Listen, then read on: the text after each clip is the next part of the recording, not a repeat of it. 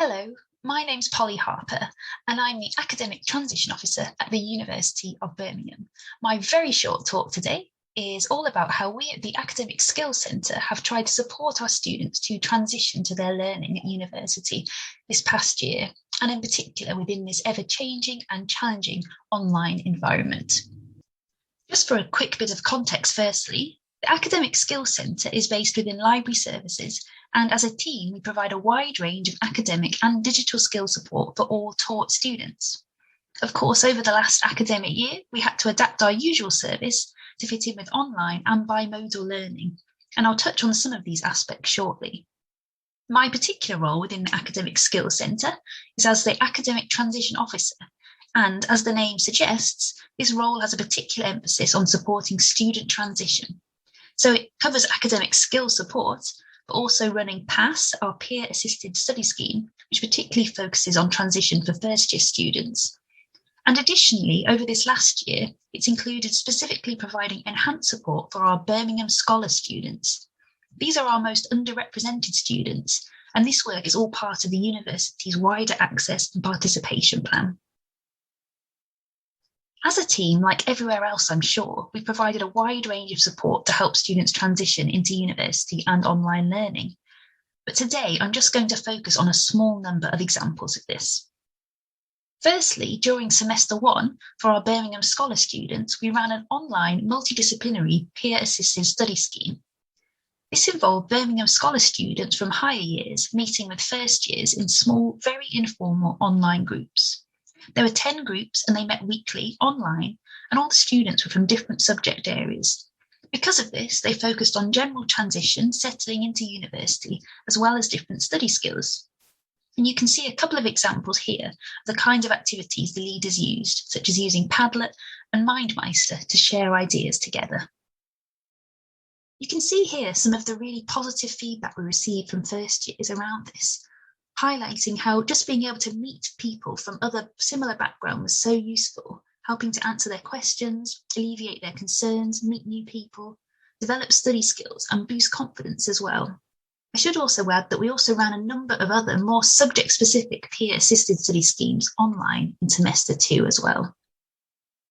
For the Birmingham Scholar students, to support their transition in an online environment, we also ran a series of fortnightly bespoke online workshops specifically for them throughout the year. These were communicated via their Canvas course and hosted via Zoom. Previous to this, we had run these kinds of workshops in person, of course. So the workshops focused on various aspects of academic and digital study skills, including time management, academic writing, literature searching, critical thinking, digital tools, learning, and plenty of others too. Take-up for these was always strong, with an average of about 40 attendees per session across the whole year. We also tried some new activities such as informal study together afternoons, where we could meet online for the afternoon to get some independent study done with regular structured breaks and the opportunity to chat very informally and share how we were getting on. As part of this, we also did some mindful drawing activities with the students, and I'm really lucky as one of my colleagues is a very talented artist who could lead this. I should add that I actually got quite a lot of my own work done during these afternoons as well, so I do recommend them actually. Feedback from these sessions was really positive, with students, I think, just grateful to know that others were there to support them, working alongside them, even while they were at home. Alongside this specific support for our Birmingham Scholar students, our service has, of course, evolved to support all students to transition into their online studies. So our one-to-one academic skills appointment service went online too, and we found this to be a relatively smooth process, with many students finding the accessibility of online appointments to be more convenient than ever.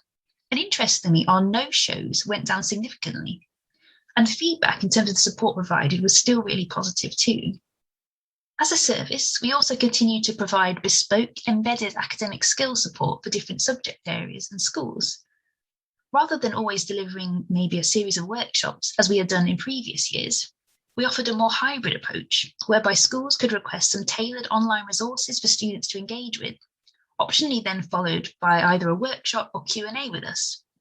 These were all requested via our academic skills menu we offer to academic staff, which you can find on our website in case you're interested in having a look at that. A new development this past year also was our involvement in 2 assessment support weeks, which were run to provide additional support for students before they took their online exams each semester.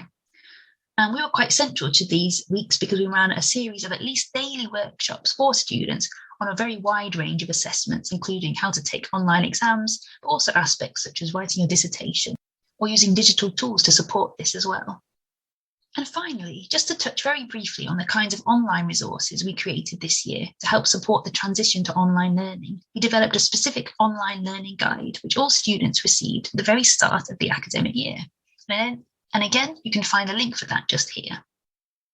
We've also experimented with a series of very short video podcasts, whereby we've been discussing various study skills between us in an informal way. And these are all available via our YouTube channel. And of course, we've continually tried to enhance all our online resources this year, such as our Canvas courses, videos, and LibGuides. And all of these are available via our academic skills gateway.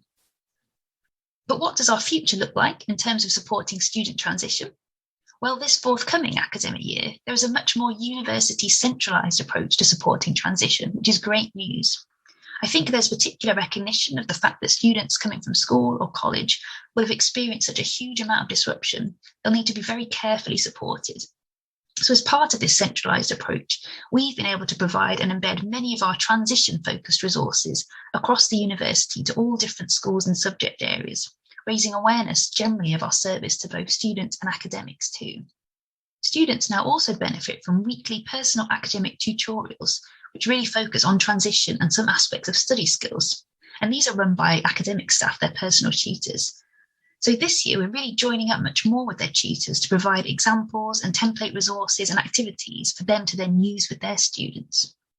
We're also lucky enough to have a maths and statistics officer now in post, one of our new colleagues, which means we'll also be able to provide much more support around that this year too. And behind all this, of course, sits the ongoing challenge of working out what the right balance for our students is in terms of our online and in-person support. Another challenge is also finding that balance between sustainably providing enhanced support to our Birmingham Scholar students as part of the Access and Participation Plan, alongside supporting all of our students. So there's still plenty more to be done and plenty more challenges too. So that's it from me today. Thank you so much for listening. I'm afraid I'm not able to attend the conference in person to answer your questions, but if you have anything further you would like to ask me, please get in touch via my email. Thank you so much for listening, and I really hope you're having an enjoyable conference.